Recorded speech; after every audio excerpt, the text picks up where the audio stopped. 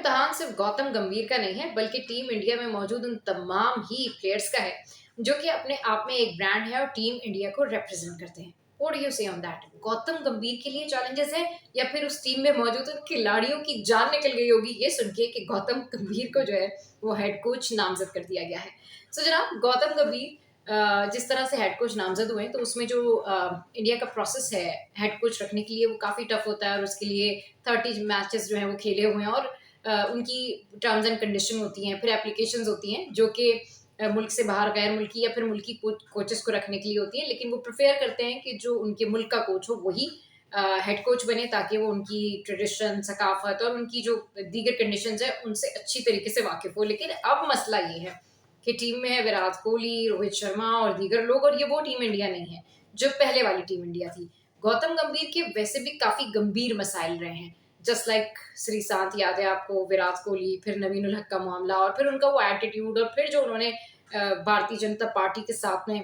वो रुकन बने थे और उसके बाद उन्होंने सियासत छोड़ दी थी और फिर क्रिकेट को कंटिन्यू किया था। लेकिन उनके लिए आसानी ये हो गई कि बिला मुकाबला वो मुंतखब हो गए, क्योंकि जो राहुल द्रविड़ हैं उनके जो साबिक पार्टनर थे वीवीएस लक्ष्मण, वो इंटरेस्टेड थे कि नेशनल क्रिकेट एकेडमी को ही तवज्जो दी जाए। तो अगर वो होते तो जाहिर है थोड़ा मुश्किल हो जाता, लेकिन इसके अलावा उनकी विमेन क्रिकेट टीम के एक साबिक कोच भी थे रमान, उन्होंने भी काफ़ी इंटरेस्ट शो किया था कि वो भी चाहते थे, लेकिन ऑब्वियसली उनकी जो एज थी वो ज़्यादा थी। लेकिन गौतम गंभीर 42 ईयर्स की एज में अब हेड कोच बने हैं और गौतम गंभीर के स्टैट्स भी अच्छे रहे हैं, बस इखलाक ही बुरा है। लेकिन उससे कोई फ़र्क नहीं पड़ता, अगर आप प्रैक्टिकल हैं और टीम के लिए खेल रहे हैं या अच्छी कोचिंग कर रहे हैं तो डेफिनेटली किसी भी मुल्क की कोचिंग हो वो प्रैक्टिकल ग्राउंड्स पर होती है। लेकिन इखलाक वहाँ पर मैटर करता है जहाँ पर आपने कम्युनिकेशन बेहतर करनी होती है और वो सबसे ज़्यादा काउंट करता है। सबसे ज़्यादा काउंट करता है आपका एटीट्यूड। अच्छा, और फिर उसके बाद आपकी प्रैक्टिकल अप्रोच। अच्छा, अब जो गौतम गंभीर को चैलेंजेस हैं वो सबसे ज़्यादा चैलेंजेस तो होंगे कम्युनिकेशन के प्लेयर्स के साथ में, क्योंकि गौतम गंभीर का ऐसा मानना है कि प्लेयर्स को अपने आप में ब्रांड बनने से ज़्यादा,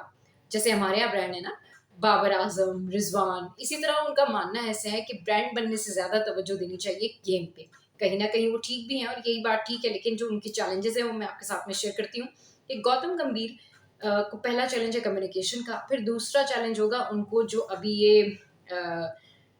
गवास्कर ट्रॉफी होने वाली है, ये ऑसी चैलेंज होगा और ये टेस्ट मैच है और ये 1992 के बाद अब हो रहा है इन दोनों टीम्स के दरमियान।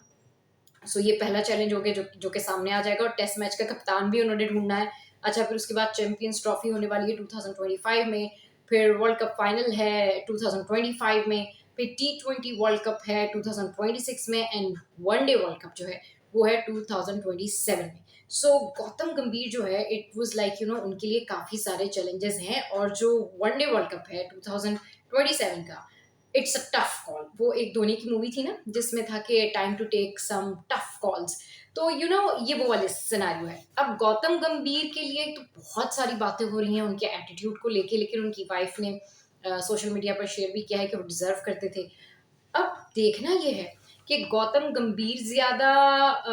मुश्किल में आते हैं इस कम्युनिकेशन को बनाने में या बाकी प्लेयर्स, क्योंकि जो बाकी प्लेयर्स हैं उनकी भी मुख्तलिफ राय है, लेकिन ऑब्वियसली वो खुल के उन ख्वाहिशात का इजहार तो नहीं कर सकते। मगर आपको क्या लगता है ये गौतम गंभीर कोलकाता नाइट राइडर्स को जीत दिलाने वाले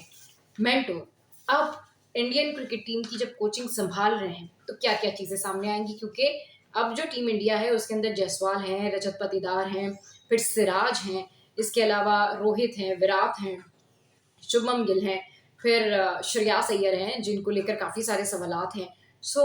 गौतम गंभीर अब क्या वाकई गंभीरता पैदा कर देंगे इस क्रिकेट टीम के अंदर, या फिर ये क्रिकेट टीम जो है वो गौतम गंभीर के डर से बिल्कुल वैसे ही चलेगी जैसे वो चल रही थी? सो अगर इनकी जगह आपको लगता है कोई ऑल्टरनेट हेड कोच होते टीम इंडिया के तो वो कौन होते? बट पर्सनली मेरी जो राय है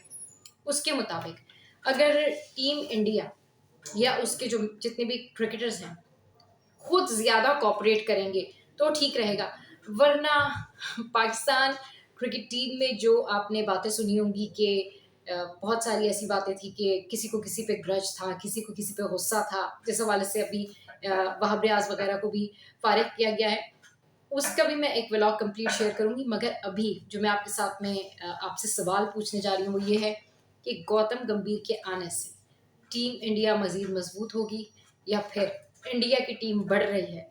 उसी झगड़े की जानिब, उसी ग्रुपिंग की जानिब, उसी लॉबिंग की जानिब जो कि गौतम गंभीर की पर्सनैलिटी के बाद आने से पड़ेगा, या फिर ये जेलअप हो जाएंगे? गौतम गंभीर के अंदर क्या इतनी कैपेबिलिटी है कि वो एज हेड कोच अपनी ईगो को मार के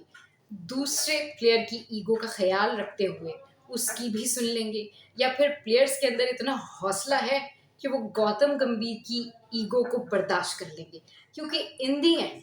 आपने ये तो सुना ही होगा कि नेचर अल्टीमेटली काउंट करती है आपकी ओवरऑल जिंदगी पे। मुझे नहीं लगता कि 1 मिलियन और बोनस लेने के बाद भी गौतम गंभीर किसी हल्के एटीट्यूड के साथ बाकी प्लेयर्स के साथ में ट्रीट करेंगे। अगर टीम इंडिया आगे जाती है, कंटिन्यू करती है अपनी कामयाबियां, so that's great, but I don't think so. ऐसा लगता नहीं। I think it's Gautam Gambhir is a bad choice for Indian cricket team, and you'll see the results in future. What do you say on that?